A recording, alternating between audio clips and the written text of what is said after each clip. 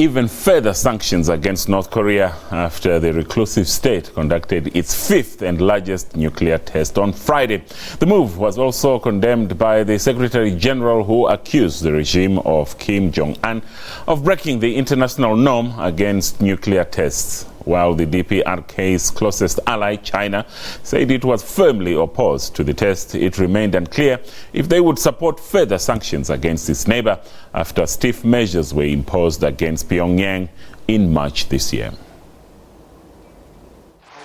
Sanctions that appear to be failing after yet another nuclear test.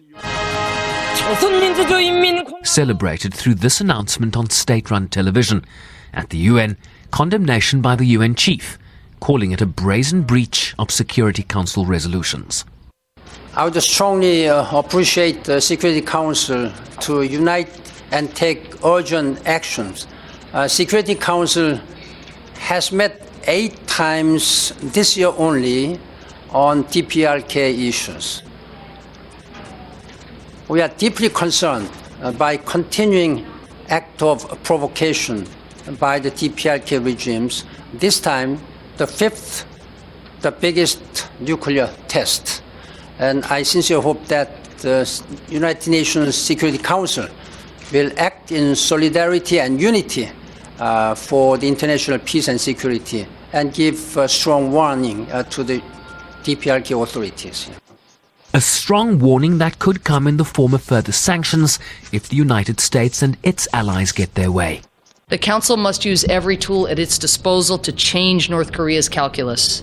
We know that divisions on the Council only embolden the DPRK to further provocation, so we must send a clear, united, and strong message that the international community will never accept a nuclear North Korea.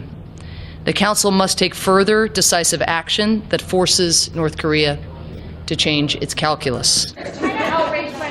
China stayed on the fence regarding next steps, while others weighed in. There's a series of steps which could be taken. First of all, there must be full implementation of the existing sanctions. Secondly, there could be additional names added to the existing sanctions regime, so further designations. And thirdly, there could be a tightening up and a strengthening of the sanctions regime. So all those things are possible. All of those things could count as further significant measures, and we'd be in favour of pursuing a combination of those things as part of the Security Council's response.